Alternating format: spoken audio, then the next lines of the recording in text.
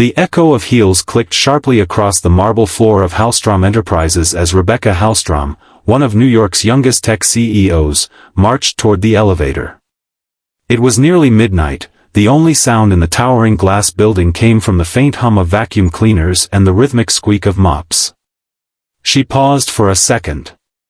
Across the vast lobby, a lone janitor in a faded uniform was carefully scrubbing the floor, humming softly to himself. His name tag read Daniel.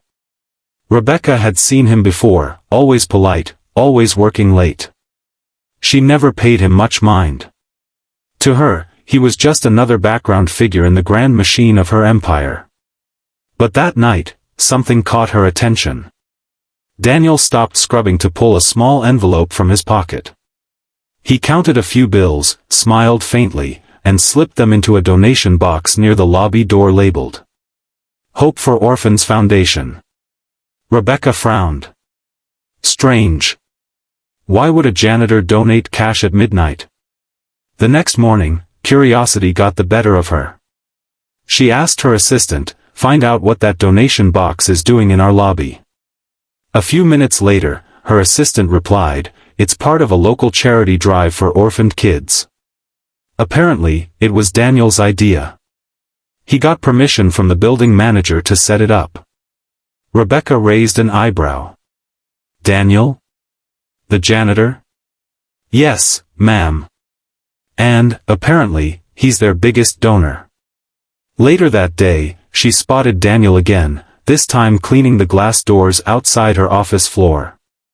She approached him, her tone clipped and professional.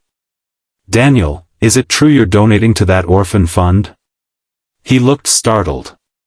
"Oh, yes, ma'am. Just a small thing I do." "How much do you donate?" she pressed.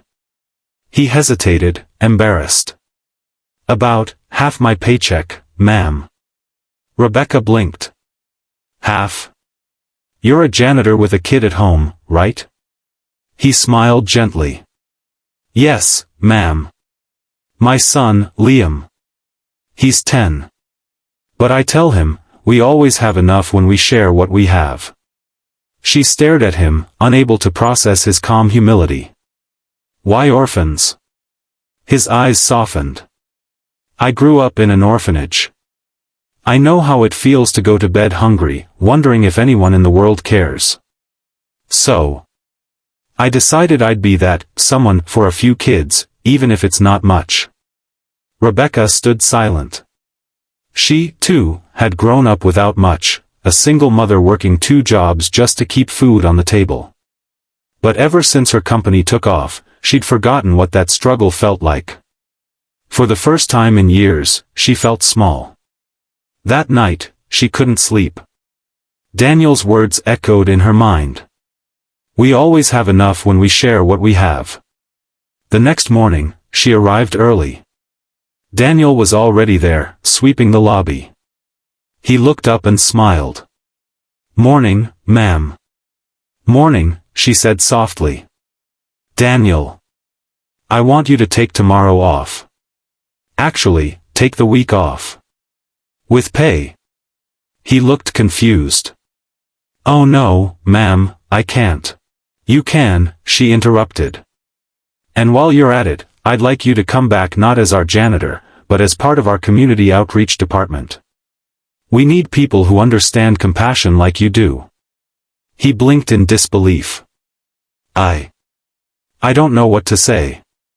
"Say yes," she said with a smile. A few months later, the Hope for Orphans Foundation received its largest donation ever, not from a billionaire philanthropist, but from Hallstrom Enterprises, inspired by one janitor's selfless heart. At the ribbon cutting of a brand new orphanage wing, Rebecca stood beside Daniel and his son. Cameras flashed. The crowd cheered. But for Daniel, the moment wasn't about fame, it was about the kids who now had a home. When a reporter asked Rebecca why she did it, she simply said, "I met someone who reminded me that true success isn't measured by what we keep, but by what we give."